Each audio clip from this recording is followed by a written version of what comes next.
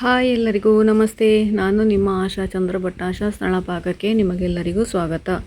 ಇವತ್ತು ಮಂಗಳೂರು ಸೌತೆ ಹಾಗೆಯೇ ಹಲಸಿನಕಾಯಿ ಬೀಜ ಹಾಗೂ ಮಾವಿನ ಹಣ್ಣನ್ನು ಉಪಯೋಗಿಸ್ಕೊಂಡು ಒಂದು ರುಚಿಯಾದ ಬಾಯಲ್ಲಿ ನೀರೂರಿಸುವಂತಹ ಒಂದು ಸಾಂಬಾರನ್ನು ಹೇಗೆ ಮಾಡೋದು ಅಂತ ಹೇಳೋದನ್ನು ತೋರಿಸ್ಕೊಡ್ತಾ ಇದ್ದೇನೆ. ನೀವು ಹೋಟ್ಲುಗಳಲ್ಲೆಲ್ಲ ಹೋದರೆ ಒಂದು ರುಚಿಯಾದ ಪರಿಮಳ ಬರುವಂಥ ಒಂದು ಸಾಂಬಾರನ್ನು ತಿಂದಿರ್ತೀರಿ. ಹಾಗೆ ಅದನ್ನು ಇವತ್ತು ಹೇಗೆ ಮಾಡೋದು ಅಂತೇಳಿ ತೋರಿಸ್ತಾ ಇದ್ದೇನೆ. ಇದಕ್ಕೀಗ ನಾನು ಉಪಯೋಗಿಸ್ತಾ ಇರುವಂತಹದ್ದು ಹಲಸಿನಕಾಯಿಯ ಬೀಜ.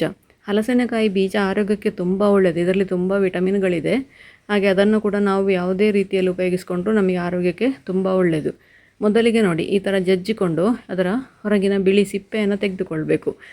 ಕೆಂಪು ಸಿಪ್ಪಿದ್ರೆ ಏನೂ ತೊಂದರೆ ಇಲ್ಲ, ಬಿಳಿ ಸಿಪ್ಪೆಯನ್ನು ತೆಗೆದುಕೊಳ್ಬೇಕು. ಹಾಗೆ ಅದರ ಜೊತೆಗೊಂದು 7-8 ಮಾವಿನ ಹಣ್ಣಿತ್ತು ನನ್ನ ಹತ್ರ. ಹಾಗೆ ಅದನ್ನು ಕೂಡ ಹಾಕಿಕೊಳ್ತಾ ಇದ್ದೇನೆ. ಅದನ್ನು ನೋಡಿ, ಈ ಥರ ಕಡೆ ಕೊಡಿ ಕಟ್ ಮಾಡಿಕೊಂಡು ಮಧ್ಯದಲ್ಲಿ ಒಂದು 2 ಭಾಗ ಮಾಡಿದರೆ ಅದಕ್ಕೆ ಒಳ್ಳೆ ಉಪ್ಪು ಮೆಣಸು ಕೂಡ ಎಳೀತದೆ. ನೋಡಿ, ಈ ಥರ ಮಾಡಿ ಒಂದು 7-8 ಹಾಕ್ಕೊಳ್ಬೋದು ಒಂದು ಸಾಂಬಾರಿಗೆ. ಮಾವಿನ ಹಣ್ಣಿದ್ದೇ ಸಾಂಬಾರು ಮಾಡಿದ್ರೆ ಜಾಸ್ತಿ ಮಾಡ್ಬೋದು. ನಾನು ಇದರಲ್ಲಿ ಈಗ 7-8 ರುಚಿಗೆ ಮಾತ್ರ ಹಾಕಿಕೊಳ್ತಾ ಇದ್ದೇನೆ. ನೀರಿಗೆ ಉಪ್ಪು, ಅರಶಿನ, ಬೆಲ್ಲ, ಹಾಗೆಯೇ ಒಂಚೂರು ಮೆಣಸಿನ ಹುಡಿ, ಒಂದು ಅರ್ಧ ಟೀ ಸ್ಪೂನಷ್ಟು ಮೆಣಸಿನ ಹುಡಿ ಹಾಕ್ಕೊಂಡಿದ್ದೇನೆ. ಹಾಕಿ ಅದನ್ನು ಬೇಯಲಿಕ್ಕೆ ಹಾಕುವ. ಈಗ ಹಣ್ಣಾದ ಒಂದು ಸೌತೆಕಾಯಿ, ನಮ್ಮ ಮಂಗಳೂರು ಸೌತೆಕಾಯಿ, ಒಳ್ಳೆ ಬಲ್ತು ಹಣ್ಣಾದಂತಹ ಸೌತೆಕಾಯಿ, ಇದಕ್ಕೆ ತುಂಬ ರುಚಿಯಾಗಿರ್ತದೆ. ಇದನ್ನು ನಿಮಗೆ ಎಷ್ಟು ದೊಡ್ಡ ಬೇಕು ಅಥವಾ ಯಾವ ಶೇಪಲ್ಲಿ ಬೇಕು ಆ ಶೇಪಿಗೆ ಕಟ್ ಮಾಡಿಕೊಳ್ಳುವ. ನಾನಿಲ್ಲಿ ನೋಡಿ ತಿರುಳನ್ನು ತೆಗೆದಿಟ್ಕೊಳ್ತಾ ಇದ್ದೇನೆ. ಇದನ್ನು ನನಗೆ ರಸಮ್ ಮಾಡಲಿಕ್ಕೆ ಉಂಟು. ಹಾಗೆ ನಾನು ಬಿಸಾಡೋ ಬದಲು ತಿರುಳು ಹಾಗೂ ಬೀಜ ಕೂಡ ಆರೋಗ್ಯಕ್ಕೆ ತುಂಬ ಒಳ್ಳೆಯದು. ನಾನು ಸಿಪ್ಪೆ ಕೂಡ ತೆಗೀತಿಲ್ಲ ನೋಡಿ.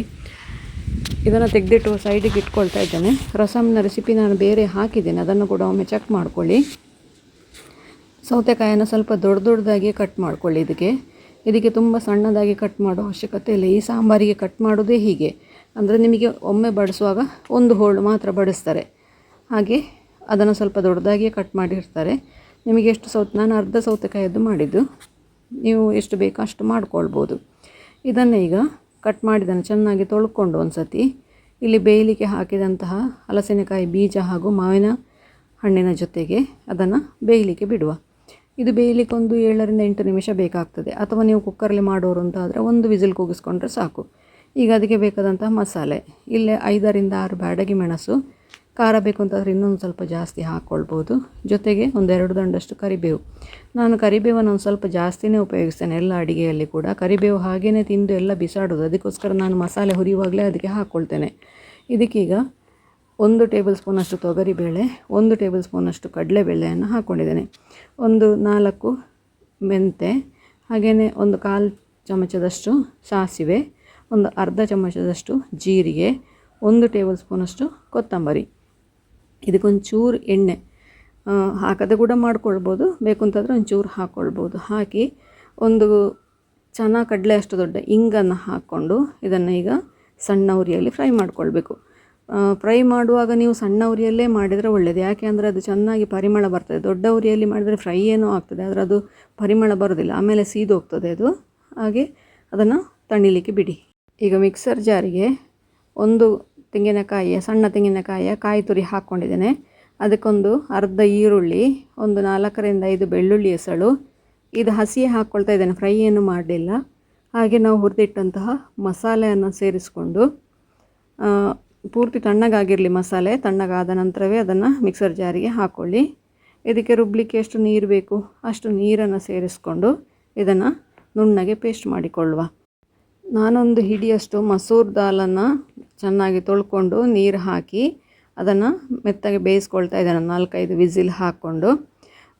ಇದು ನನಗೆ ಸಾರಿಗೆ ಸಹ ಬೇಕು ಒಂದು ಸ್ವಲ್ಪ, ಹಾಗೆಯೇ ಸಾಂಬಾರಿಗೆ ಕೂಡ ಬೇಕು. ಅದಕ್ಕೋಸ್ಕರ 1 ಹಿಡಿಯಷ್ಟು ಹಾಕ್ಕೊಳ್ತಾ ಇದ್ದೇನೆ. ಇಲ್ಲಿ ನೋಡಿ, ನಮ್ಮ ಹೋಳು ಬೆಂದು ರೆಡಿಯಾಗಿದೆ. ಒಂದೇ ಒಂದು ವಿಸಿಲ್ ಕೂಗಿಸ್ಕೊಂಡೆ ನಾನು. ನಮ್ಮ ಹೋಳನ್ನು ಒಂದು ಪಾತ್ರೆಗೆ ಹಾಕ್ಕೊಳ್ತಾ ಇದ್ದೇನೆ. ಇದಕ್ಕೀಗ ನಾವು ರುಬ್ಬಿದಂತಹ ಮಸಾಲೆಯನ್ನು ಸೇರಿಸ್ಕೊಳ್ಳುವ.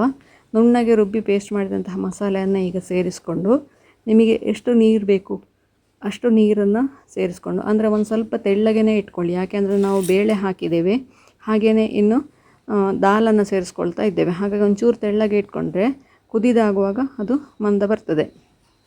ದಾಲನ್ನು ಇಲ್ಲಿ ನಾನು ಅರ್ಧ ಮಾತ್ರ ಸೇರಿಸ್ಕೊಳ್ತಾ ಇದ್ದೇನೆ, ಇನ್ನೊಂದು ಅರ್ಧ ನನಗೆ ರಸಮ್ ಮಾಡಲಿಕ್ಕೆ ಬೇಕು. ಹಾಗಾಗಿ ಅದನ್ನು ಹಾಗೆ ಇಟ್ಕೊಳ್ತಾ ಇದ್ದೇನೆ.